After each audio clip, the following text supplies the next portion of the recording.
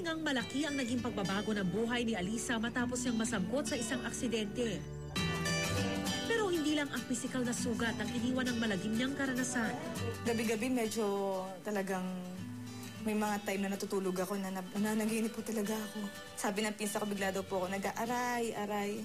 Ang dami ko pong trauma pa na hindi ako pwede mag-drive tsaka magugulatin po ako ngayon.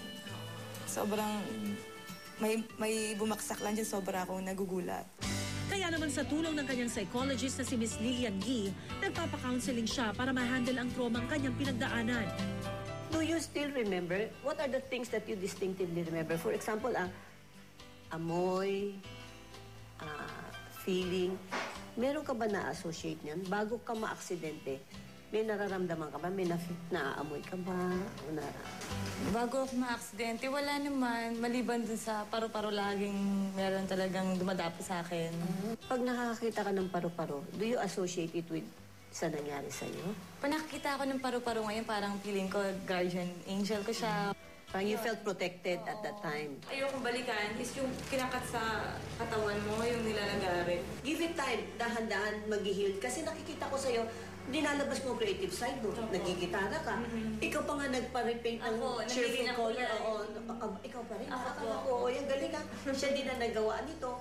Ang laking bagay, mas kinaboard ka, you still find time to be productive. And that's good kasi nakikita ko, imbis na, yun na nga, sabi mo nga sa akin, imbis na maging down ka, humiga ka, hindi ko kaya, kawawa ako, nilalabanan mo. Tumayo ka para harapin yung mga bagay na pwede mo namang gawin.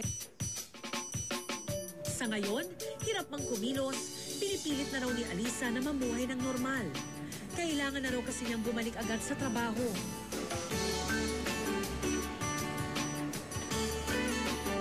Alisa, first time mong lumabas after a month? Oo. Oo, kamusta ang paglabas mo naman? Bago. Feeling ko ang dami ng iba sa kalsada. Parang nakulong ako ng 1 month sa bahay. Laramdam mo na balik na talaga sa normal lahat na pwede nang uling mamuhay ng normal after the accident? Nasa akin na naman yan kung paano ko madaliin yung sarili ko, di ba? Hanggang kaya ko na, sige ko na, hindi na pwedeng bukas. Marami mang negatibong bagay na naidulot sa kanyang aksidente, mayroon naman daw isang bagay siyang napagtanto sa karanasang ito. Alisa, ano yan? Ano yung hawak mo? Ano siya, vape, e-cigarette. Siya yung e-cigarette na kapag gusto mo nang huminto, ayaw mo na mag-smoke, itong gamitin mo kasi hindi siya mabaho. And malakas ka rin manigarilyo? Oo, malakas ako. Isang kaha. A day. A day. And then finally, after the accident, yan yung sa wakas. yan ang realization mo? Oo. Sa ngayon, hindi na raw naninigarilyo si Alisa. Isang bagay na dati hindi niya inakalang maiaalis niya sa kanyang sistema. So parang this is your second life. Second life, baguhin din yung mga bagong buhay din when it comes to Yossi, no? Habang nagpapaayos si Alisa, isang kaibigan ang dumating para dalawin siya. Ulit ka lang na. Oy, wow! Ganda-ganda naman. Si Alisa, tahimik na tao to eh. Sobrang tahimik niya. Pero maraming ang sasabi ng tari-tari niya. Pero kung makakausap mo kasi siya, napakasimpleng tao. Habang pinapanood mo yung video nung tinatanggal siya doon, no? Sabi mo kasi napanood mo eh. Anong tumatakbo sa isip? Tayo naiyak ako doon in fairness. Binaiyak mo ako doon. Alam mong kakayanin niya? Oo, kasi ano naman siya eh. Competitive din siya. Strong yung personality niya. Malakas loob niya eh. Di man naging maganda ang mga nangyari sa buhay ni Alisa, hinding-hindi naman daw siya nakakalimot tumawag sa nasa itaas. Katunayan, isang altar nga sa tabi ng kanyang kama ang kanyang inilagay para mas marami raw siyang oras manalangin sa pangalawang buhay na ibinigay sa kanya. Madasalin po ako. Kita-kita nyo naman po. Kahit saan ako pupunta, nagdadala ako ng mga collection ng mga ng kung ano nung santo talaga.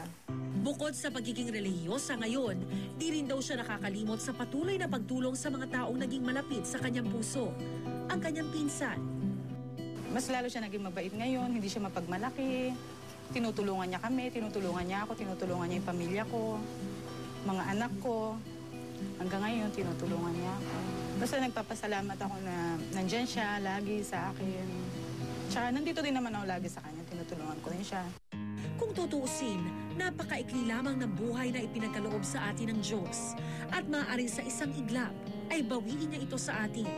Kaya sa tulad ni Alisa na nabigyan ng ikalawang pagkakataon para mabuhay, iisa lang daw ang kanyang natutuhan. Anong aral ng buhay mo, Alisa? Huwag aksayahin yung buhay. Naku, napakasarap po mabuhay, di ba? Yun po yung pinaka-aral ko yung... Ang buhay po talaga parang...